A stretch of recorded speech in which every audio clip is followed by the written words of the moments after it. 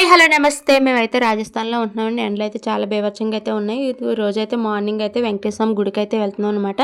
మా వారైతే డ్యూటీకి వెళ్ళే ముందే మమ్మల్ని అయితే గుడి దగ్గర వదిలేసి డ్యూటీకి అయితే వెళ్ళిపోతాయని చెప్పేసి అంటే ఇంక సరే అయితే లోపలికైతే వెళ్ళిన తర్వాత వామ్ అయితే జరుగుతుంది మేము వెళ్ళబోతికి.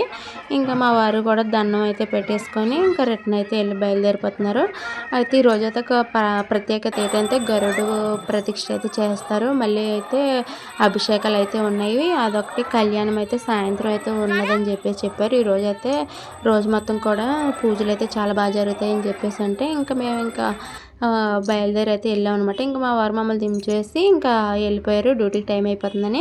ఇంక మేము లోపలికైతే వెళ్ళిన తర్వాత స్వామివారికి అయితే పూజలు జరుగుతాయని చెప్పేసి అంటే ఇప్పుడైతే అందరం అయితే ఇంకా పూజ దగ్గర అయితే ఫస్ట్ అయితే కూర్చున్నాం అనమాట. కూర్చుంటే ఇంకా అలాగా మా ఈ ఎండలకైతే ఇంకా మా పిల్లలిద్దరూ కూడా ఒకరైతే ఆడుకుంటున్నారు కానీ ఇంకొన్నవాడైతే నిద్రపోయాడు. ఇంకా పూజ అయితే అయిపోయిన తర్వాత ఇప్పుడు స్వామివారికి అయితే అభిషేకం అయితే చేస్తున్నారండి. అదొకటి ఇక్కడ ప్రత్యేకత ఏంటంటే తెలుగు వాళ్ళు దొరకడమే చాలా కష్టం, కానీ ఇక్కడ అయితే పూజారులు అయితే తెలుగు వాళ్ళని పిలిపించి మరీ కూడా ఇలా చేస్తాం. చాలా హ్యాపీ అనిపించింది నాకైతే మాత్రం.